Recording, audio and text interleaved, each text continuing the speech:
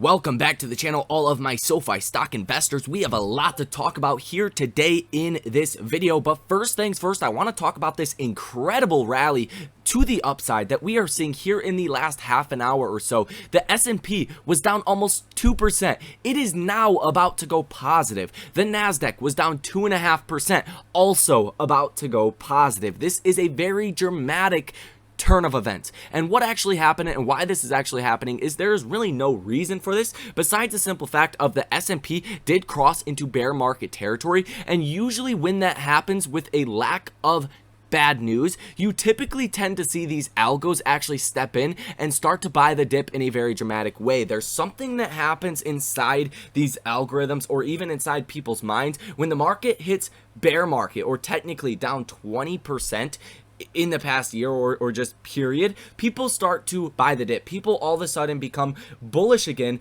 for no real good reason. Does that mean this rally will stick? Not necessarily, but it does mean we need to see a certain degree of bad news in order to get a full-on market crash, to go further than a bear market. They typically don't happen unless you get bad news. Look back at history. Anytime we've had a bear market, you typically see that after a lot of bad news has come out, or specifically a bad news kind of catalyst happens, bankruptcies, so on and so forth. We're not quite getting that here as of today, but we did get some hawkish Fed comments, which we will talk about here in this video. But most importantly, I do want to go over what to expect for next week. You have a lot of retail data coming out. You have GDP numbers that are coming out. You have the FOMC minutes that are coming out, and potentially we could get that crash into deep bear market territory, or it could be the bounce that just does not seem to happen. So either way it goes, we're going to give you guys the scoop. We're going to get into all of this key information. Thank you guys for tuning in. No matter where you are, no matter what time it is always a good time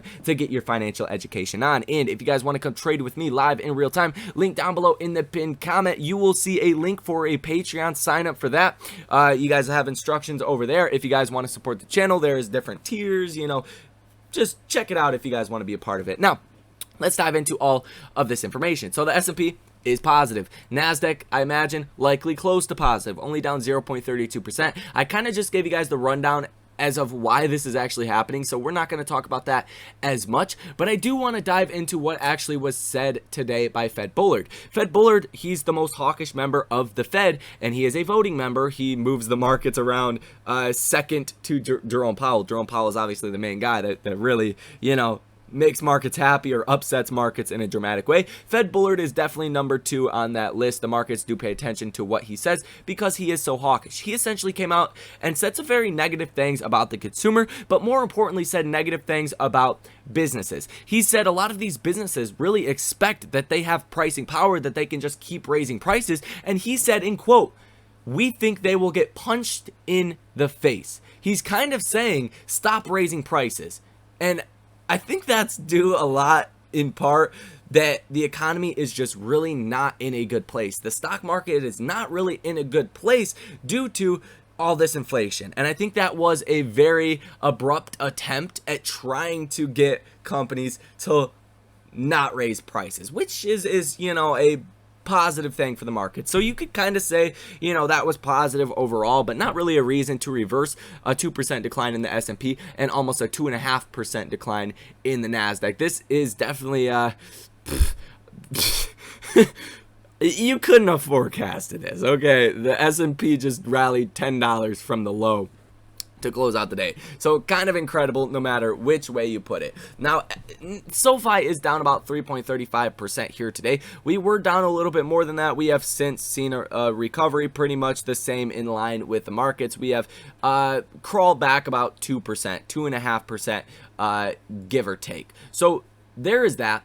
Let's talk about what to expect for next week and why next week is going to be so important, and then we'll dive into all of the key data around SoFi, short interest, option activity, technicals, all of that good stuff. So first things first, nothing really on Monday that is going to move the markets in a substantial way. On Tuesday, let's see, you do have new home sales, S&P Global Composite PMI, could be important. It looks like secondary catalyst as it is highlighted in black, but new home sales that is highlighted in red should be very important. Fed Chair Powell does speak as well at 11:20 a.m. on Tuesday. And then on Wednesday, you do have durable goods orders. That is very important for the state of the consumer. You do have a lot of oil data that does come out as well, crude oil inventories, all of that at about 9:30 a.m. And then you do have the most important catalyst of next week, FOMC minutes at 1 p.m. on Wednesday. And that is going to move the markets. Essentially what the FOMC minutes are, if you guys are unaware, it's, you know how the Fed meets before they actually have their Fed meeting, right? So back here, what was it? Was it May 5th?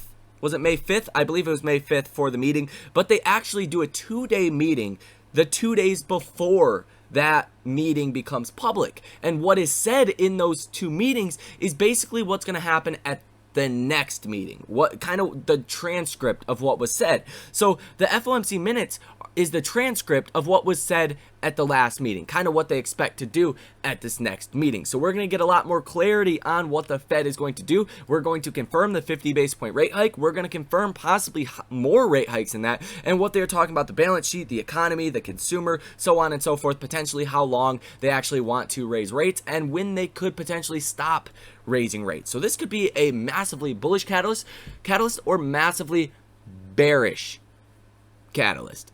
So there is that. That's going to be very, very exciting. Now on Thursday, the second biggest catalyst for the week, GDP growth rate quarter over quarter for the second quarter possibly could go into a technical recession here in this next upcoming week if the GDP report is bad. If it's bad and we do go into a technical recession, I don't know how much we would actually fall, just because the Nasdaq was down 30% intraday today and the S&P was down 20% intraday today. It looks like the markets are really pricing in that a recession is already happening right now. That's my consensus view of why the markets have continued to crash and really have not recovered really at all. So there is that. Now, you do have initial jobless claims as well, 7:30 in the morning Thursday, followed right with the GDP report. That's also 7:30 in the morning as well. Pending home sales on Thursday, 9 a.m. also. And then on Friday, you have personal income month over month for April, personal spending month over month for April. That comes out 7:30 in the morning. Core PCE price index month over month, year over year. Core PCE price index, this is what the Fed pays really close attention to, the PCE. That comes out at 7:30 in the morning on Friday, so that will be very important as well. And you also have the Michigan consumer sentiment for May also, and that is also very important, as it historically has been a pretty good gauge of the consumer. So as you guys can see, you have a lot of data points coming out, a lot of new information coming out for next week, and that could give us the rally that we need, or potentially could give us the crash that we're all kind of waiting around to happen, right? Now, I will say, the margin debt does not look so good right now. January 2022, we were sitting at about 829 billion for margin debt. We are only at 772 billion for margin debt, and the S&P and the Nasdaq have fallen dramatically in that same time frame. So you still have basically the margin debt close to the same levels it was at to start the year when the markets were at all-time highs, whereas portfolio values have went down dramatically. So when you start to get that disconnect, you're really one really bad catalyst away, or one bad bankruptcy away, one bad anything away from seeing massive margin calls. If equity values continue to drop, let's say the S&P drops 10% in the next 2 weeks, you're going to see massive margin calls, and that could possibly drop us an additional 10% after that.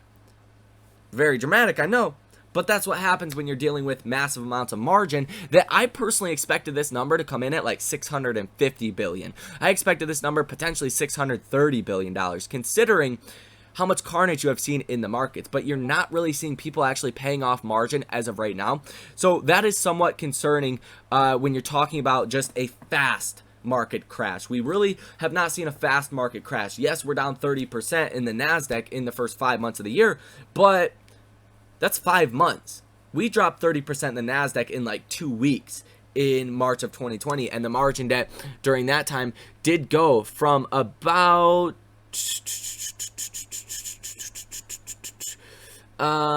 you could say about $561 billion down to about $479 billion, about a 25% decline in margin debt in about 3 months. In comparison, we have seen about a 7% reduction in margin debt in about the first 5 months. So there's really a lot more room for margin calls here, and that's kind of not a positive note. At the same time, if things do rebound, you could see more margin debt being used in the markets if we do get a positive catalyst, which could push these stocks up quite dramatically, SoFi included. SoFi looks to be a very strong contender to see, you know, a move back up to $10, $15, or even $20 here once we do get positive news, because after all, we have not gotten any positive news for SoFi. Well, we have gotten positive news for SoFi, but not for the overall markets in like the last 5 months. Really nothing has been positive, right? Nothing has been positive. Like, tell me down below in the comment section one thing that has been positive in the last 5 months. One data point that has been positive. You could say China opening up, or, you know, their claims about not cracking down on their tech companies as much, but we really haven't seen any of that actually come to fruition yet. So we'll see exactly what happens. That's what we have in store for this upcoming week. Now let's talk about SoFi and the Ortex data technicals, and then we will go ahead and wrap up this video, because those are the most important things that you guys need to know, and I want to give it to you straight, be a real straight shooter here, so you guys can get on with your weekend and hopefully enjoy it. If you did not enjoy the markets this week, that's going to be very, very important. So let's look. Short interest of free float sitting at 20.06%. Cost to borrow max, look at that, 33.01%. It's becoming extremely expensive to actually borrow SoFi stock, so I think that's going to put a lot less of that downside shorting pressure on SoFi, considering, you know, 33% cost to borrow, or even 9% cost to borrow average, 5% for a cost to borrow minimum. You need to see very big moves, right? If you borrow SoFi stock at 33%, you need to see the stock drop at least 33% to actually make money. Is that going to happen when the stock is at 750 after it's already fallen like 65% in the first 5 months of 2022? Probably not. So you're probably going to see a lot less shorting activity actually happening for SoFi, but I will say there's a lot of shares out on loan, 229.31 million shares out on loan relative to 146 million shares that are sold short. So you do see a lot of shares out on loan. If they do get returned, that could be a lot of bullish activity, a lot of bullish buying power that does head back into SoFi stock, or it could be the opposite, or it could be a lot of shorting activity. Really, you know, it's going to go one of those ways. There's no other way to put it. You're either going to see a lot of shorting, or you're going to see a lot of buying here in this next upcoming week. Now, the utilization still at 100% for like the last 3 months now, so looking good there. Days to cover is sitting at 4, also looking very good. This is not a short squeeze trade necessarily, but I think we could benefit short term from a small, you know, mid-size short squeeze, and that would be a great opportunity to get out there and sell some premium, sell some calls, and make a little bit of extra passive money on your SoFi position. Now, as far as the interesting flow sentiment, you're looking at 4 orders totaling $750.66 thousand, positive order value of 97%. So looking really, really bullish there. And as far as the actual technicals you guys need to know for SoFi stock, let's go ahead and pull this up to the daily candlestick chart. You could see we are now still above the 50-day move. Well, actually, we fell under that. We did have a close above that over the last 2 days, but we are now just below that. So we'll see if that does continue to be resistance. If we can break out above that next week, if there is a bullish catalyst, if there's any good news really, and we break out above the 50-day moving average, then we could make our way back to the 100-day moving average, which is sitting at about $10.06 per share. $10 I think is going to be the top out point of SoFi if we do get a bullish rally, until we get inflation coming down and the Fed actually U-turning and stopping essentially destroying the economy. That's where I think we will top out at. That is a good point in my personal view to sell some covered calls. Now, if things are bad tomorrow, or next week, if we go into a technical recession, if just the FOMC minutes are not good, then watch $5 to the downside. I think we're really going to ping pong in between $5 and $10 for quite a while now. Jim Cramer, he actually did say he thinks SoFi stock has hit a bottom. Earnings were very good. Insiders are buying. There's a lot of reasons to be bullish on SoFi stock. Let's just 100% be honest with each other here. Lots of reasons to be bullish. Volume has remained pretty steady, you know, in between 30 and 50 million shares typically on any given day. So that is also looking good. RSI is almost at neutral, 54.96, slightly above neutral, but pretty close to neutral. So you do have some room to either go to the upside or the downside as far as the RSI is indicating to us. The MACD is quite substantially bullish, but it's not like overextended kind of bullish, right? So all of this could go either way, but I do think there could be some good news out of this upcoming week, and I do think it could, you know, relax the 10-year treasury. It could give people some of that buy the dip kind of attitude with some of these data points that do end up coming out. So that is going to be all for this video. That is what you guys need to know. Thank you for tuning in. If you guys want to support the channel, like I said, link down below for the Patreon, link for the buy sell alerts, all of that. Check it out if you guys want to be a part of it. Thank you for watching. Like button, subscribe to the channel, all of that good stuff. You guys know the deal. You guys enjoy your weekend, and I'll see you in the next one.